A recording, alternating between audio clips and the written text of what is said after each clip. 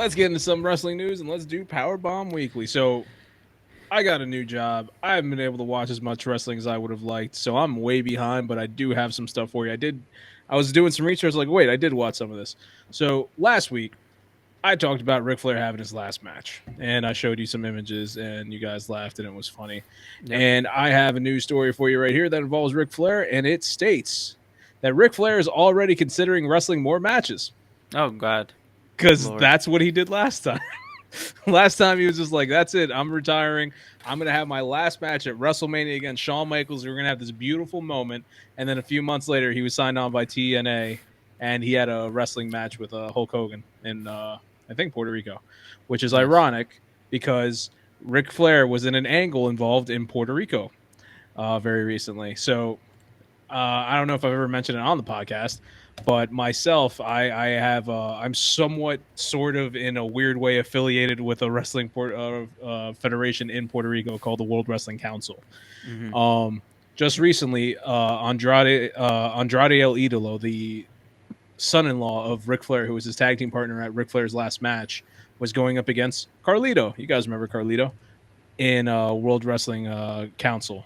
And an angle happened where Carlito's father, wrestling legend Carlos Colon, Hmm. got into a thing with the Ric Flair, and these two guys have gone back and forth, and they've had wars back in like the '80s and stuff. So I'm just gonna zoom on Ric Flair's oldness, and Ric Flair and Carlos Colon, they start like duking it out. I was like, oh man, there might be a feud here. Ric Flair might get to fight the old guy like he always wanted Okay. in the form of Carlos Colon. So we'll see if that happens. Um, but let's move on to another story real quick. I want to talk about the Hung Bucks. That's right, you heard me correctly. I said the Hung Bucks. Okay. Now, the Hung Big dick Bucks, energy. All right. exactly. That's why they're called that. So this is the Hung Bucks. The Young Bucks on the left and right, Matt and Nick Jackson, teamed up with Hangman Adam Page. They call Oh, him the Hangman because rumor has he has a giant penis, and therefore they are called the Hung Bucks. nice, Now, nice. this is over in AEW, obviously. What's it called? They all used to be part of a faction called the Bullet Club, and they were the elite within the Bullet Club, and they were the Hung Bucks within the elite within the Bullet Club, and they all split up. Just recently, the Young Bucks were getting attacked by the undisputed elite, being Adam Cole, Kyle O'Reilly, and Bobby Fischer, not the chess player.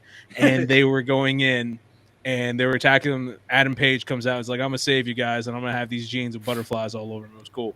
So rumor has it, or not rumor has it, but speculation is that the Hung Bucks might be finally coming back together. Now, I talked about this on the podcast that they were alluding to this, but this could also always be a swerve where Kenny Omega comes back, takes the place of Hangman Adam Page, and then he reunites with the Bucks instead, and they all stay heel and they turn on Nice. Hangman once again. That could happen, but it's a little bit harder to predict AEW than it is to predict WWE. And I'm guessing that's a good thing. Yes, or Eslam. So I thought, because it was hard to predict what was going on in WWE. Now it is hard now that Triple H is taken over. So Oh, okay. Triple H is killing it. All right, that's one thing I gotta say. My God. So right here, I have an image of Karrion Kross and Scarlett. These are two people that got released. Remember when I told you everybody who ever worked for Vince McMahon got Yeah. released? Triple H is bringing them all back, and Nice. we're happy about it. Everybody who didn't go to AEW, another promotion, or didn't, were willing to come back under the regime of Triple H, they're coming back now. So Karrion Kross, who was big in NXT, like he shot up to the top of NXT instantly. Then Triple H didn't have it anymore. Vince McMahon's like, I'm gonna take him, I'm gonna put him on Raw, and I'm gonna make him look like a moron. And he did nothing, and then he fired him. So now, under the realm of Triple H, this man is already in a top feud with the world champion Roman Reigns. Like he's already at the top as soon as he comes back, where he deserves. This man can go. And Scarlett, she's a very good enhancement talent as well. Where she like Karrion Kross is kind of like a creepier type of character, and she just adds to it. And it's a whole presentation about their duos, whatever. There's that. There's Dexter Loomis, which is another character that was I can't since I missed a little bit of wrestling. I don't know if he either came back or he's rumored to come back. I think he came back.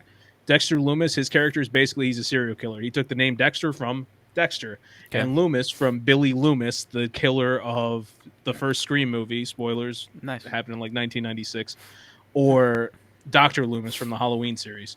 And he combined them, and he's like a weird serial killer character. So he was another person that got fired by Vince, who should be coming back or is back. I don't know. I have to tell you. And my last little bit I want to talk about here is still in the same vein of the story.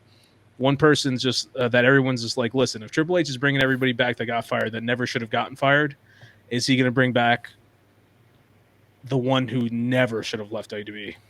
Bray Wyatt. Now, Bray Wyatt here, this is in his Wyatt thing where he was trying to be like a Mr. Rogers creepy ass character. Mm-hmm. He's good. He has like a two-faced thing where he's this guy where he runs like a kids TV show where he's like, hey kids, I'm gonna teach you guys about dismemberment. Okay. And then he just starts like murdering people and stuff like that. Looks And like the then guy from The Sandman. Hey, Okay. And then he has his alter ego, the Fiend, who I should have had an image of, but I'll pull that up while I'm talking. So the Fiend was like the top like character in all of WWE, and then Vince McMahon just didn't know how to use him, and it was horrible, and it was just depressing what Vince did with the Fiend. So hopefully if Bray can come back, because Bray can be successful anywhere he goes. Rumor has it that he was going to leave wrestling and start working in Hollywood because he's so goddamn talented. If he's willing to stay within wrestling and come back into WWE and work under Triple H, that's going to be incredible. So I'm just going to show you what the Fiend looks like when he's in his alter ego real quick. Okay. I just got Google opened up. So this is the Fiend. This is the same exact character, the same guy, just under different images. So that's his mask right here. Oh, interesting. So yeah, it's looks like a he's Slipknot person. yeah, he does.